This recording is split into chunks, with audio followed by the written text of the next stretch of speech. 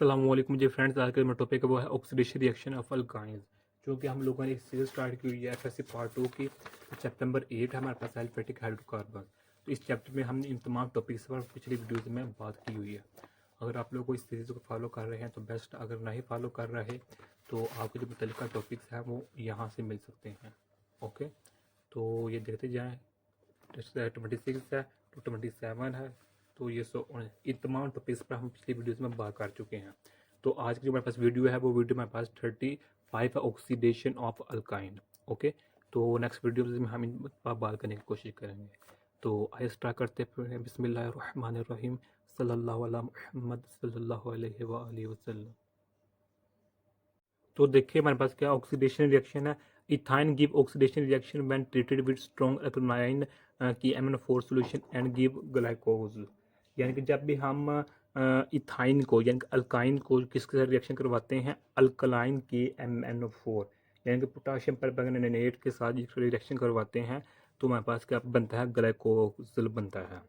Okay, तो हमने ethene में भी स्टडी किया था कि 1% जो हमारे पास अल्कलाइन की MnO होता है, इसको हम क्या नाम देते हैं जी, बियर रिजल्ट्स का नाम देते हैं। ओके, तो ये देखिए हमारे पास अल्काइन यानी कि इथाइन है।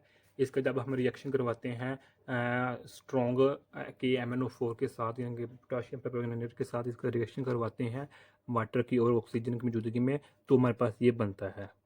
ओके, तो हम जानते हैं जो हमारे पास लास्ट वीडियो में हमने डिस्कस किया था कि जिसमें हाइड्रोक्स के ऊपर लगे होते हैं कार्बन साथ, वो ज़्यादा देर तक अपने आप को स्टेबल नहीं रख पाते।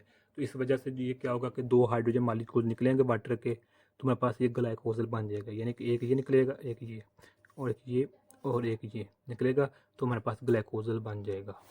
तो अब अगर हम ग्लाइकोजल का रिएक्शन करवाएंगे उसी कंडीशन में यानी कि ऑक्सीजन की मौजूदगी में और MnO4 की मौजूदगी में, तो हमारे पास ऑक्सैलिक एसिड बन जाएगा। ओके, तो जो ये दो हाइड्रोजन एटम है वो इधर आकर इसके साथ बन जाएंगे, ये हाइड्रोक्सिल ग्रुप यानी कि ग्रुप बन जाएगा। ये वैसे का वैसे ही रहेगा जो मेरे पास, ये हमारे पास ये है।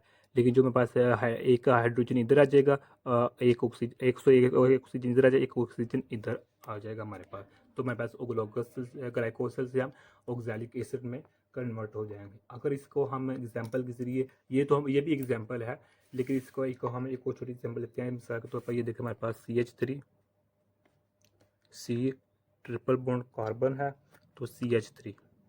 ओके, ये मेरे पास ब्यूटाइन है, 2 ब्यूटाइन है। तो वही काम करेंगे कि हम क्या करेंगे इधर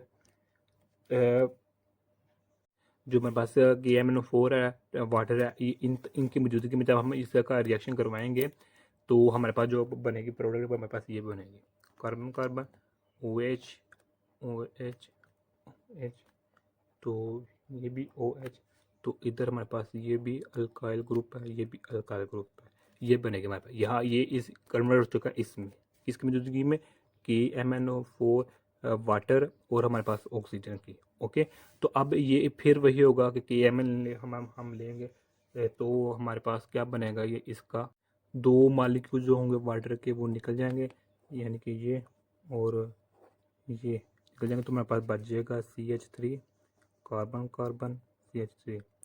तो इसकी इधर भी डबल बॉन्ड में आ जाएगा, इधर भी डबल बॉन्ड में आ जाएगा। ओके, तो यही हमारे पास प्रोडक्ट इधर बने थे ऑक्सैलिक एसिड में। ओके, तो यही आज का हमारा इतना सा टॉपिक था।